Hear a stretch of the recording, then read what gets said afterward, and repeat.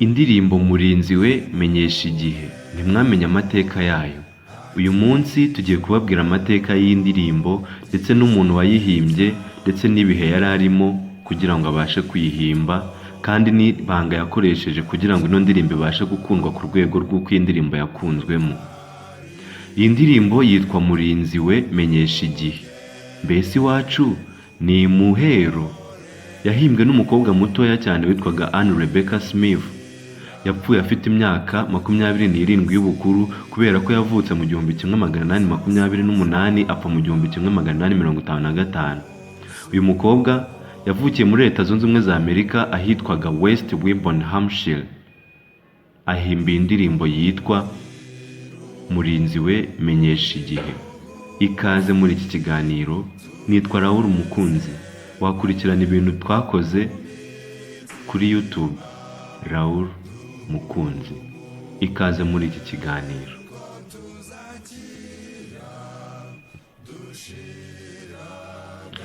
Rebecca Smith.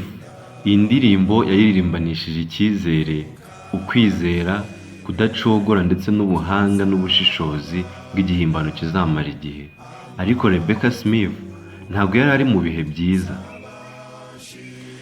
Cyari igihe abantu benshi bari babuze icyizere cy'ubuzima, babuze ibyiringiro ndetse no kwizera kwabo kwatentebutse. Byari byagenze gute kugira ngo ibi byose aba bantu babashe kubibura?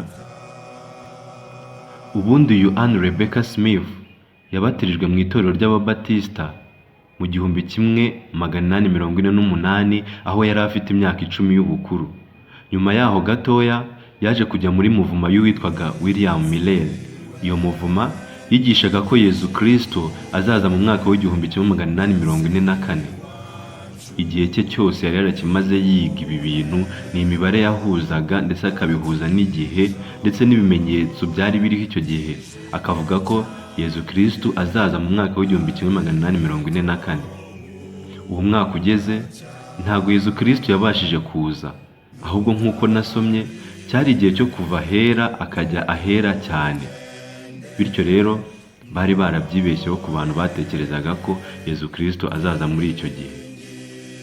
Abo bantu bari bari kumwe na Miller bamaze kubura ko Yesu aje, abenshi batangiye kwigira hirya no hino, bajya gushinga andi matorero hirya no hino ariko ashingiye ku cyitwa Protesta. Protesta bisobanuye abahakanyi ba Kiliziya Gatolika. Nubwo abantu benshi bari babuze ibyizere ndetse n'ibyiringiro, hari itsinda ritoya ry'abantu bakeya byasigaye bavuga ko bo bazakomeza guhamya Yesu Kristo kandi bazakomeza kumutegereza. Iryo tsinda ry'abo bantu bakeya bari bari kumwe na Rebecca Smith. Rebecca Smith kubona ko bari batentebutse babuze n'icyizere, nibwo yaje gufata igihe kirekire akoresha impano yahawe, akora mu nganzo nawe ahimba indirimbo Murinzi we menyesha igihe. Mbese iwacu ni imuhero. Abenshi bakomeje gukoresha impano zabo, harimo William Miller mu mbabarire, harimo Martin Luther, harimo n'uwitwaga Elena White. Ariko uyu munsi reka tuganire kuri Rebecca Smith.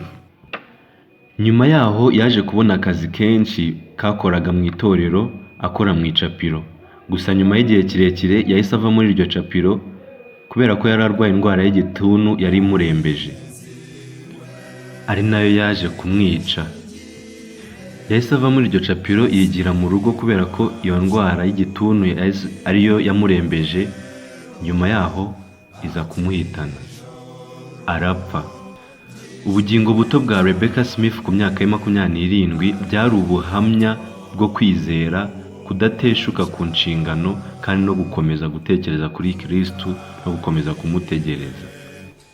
Rebecca Smith mu guhimba indirimbo Murinzi we menyesha igihe. Mbese iwacu ni muhero.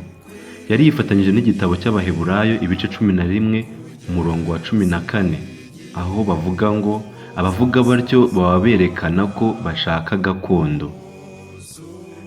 Rebecca Smith yagaragaje ko nawe yashakaga gakondo y'iwabo mu ijuru, aho umukristo wese ategereje kuzibera ibihe byose. Mbese iyi ndirimbo waba warayikunze? Mbese iyi ndirimbo nawe yaba yarararitse ubugingo bwawe kuzaba muri gakondo yo mu ijuru? Dore iyi ndirimbo ukuntu ivuga mu mirongo yayo: Murinzi we menyesha igihe, mbese iwacu ni imuhero, ati ijoro ririjimye cyane ariko buracya.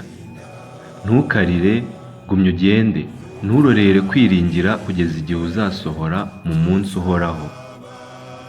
Murwanyi we cyo mbwira nawe, ansubiza yitonze ati intambara igiye gushira, guma ku rugamba, wibabara, ihangane, wireke imirimo yawe, kuko tuzabona ibihembo tumaze gutsinda. Ndacyabaza ibyaremwe byose, binsubiza bitya biti iyi si igiye guhanguka, haza indi idashira. Ntukarire, ibimenyetso byerekana ko tugenda, kandi ibimenyetso byerekana aho tugeze, kandi ibintu byose byaremwe biritegura impanda. Imuhira ubu ni bugufi, tunezerwe mu mitima, duhumure ko tuzakira, dushire agahinda. Ntukarire, tuzabana, amakuba azaba ashize, ntago tuzabura amahoro mu rugo rwa data.